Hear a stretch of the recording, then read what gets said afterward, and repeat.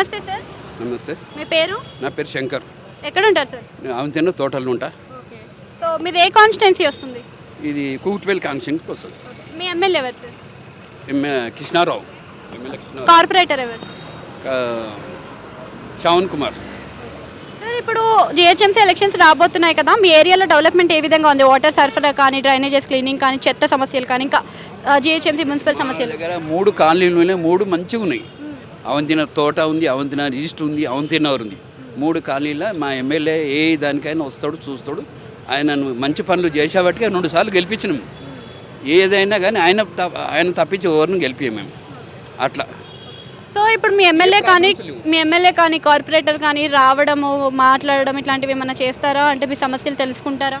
తెలుసుకుంటాడు, వస్తాడు. ఏమైనా ప్రాబ్లం ఉంటే మా కాలనీ లీడర్ ఉన్నాడు, ప్రాబ్లమ్ని ఆయనకు చెప్తారు, ఆయన ఇమ్మీడియట్ చేపిస్తుంటాడు అట్లా అన్నమాట. అంటే నెక్స్ట్ ఏ పార్టీ వస్తుంది అంటారు మరి మీ ఏరియాలో? ఏ పార్టీ వచ్చినా కానీ మేమైతే టీఆర్ఎస్కు గెలిపించాలని ఉంటుంది మాకు, కానీ అట్లా ఉంది అనమాట. ఎందుకంటే 2 సార్లు గెలిచిండు అంటే ఎందుకు గెలిచిండు? పనులు చేసేబట్టి గెలిచిండు. కార్పొరేటర్ అయినా ఎమ్మెల్యే అయినా. అంతకుముందు జయప్రకాష్ నారాయణ నుండి ఆయన ఏం చేయలేడు, ఒకసారి గెలిచిండు జయప్రకాష్ నారాయణ. అదే కృష్ణారావు వచ్చినాక ఇంత డెవలప్ అయింది. బోడపండ అక్కడ సైడ్ అంతా డెవలప్ బాగా అయింది.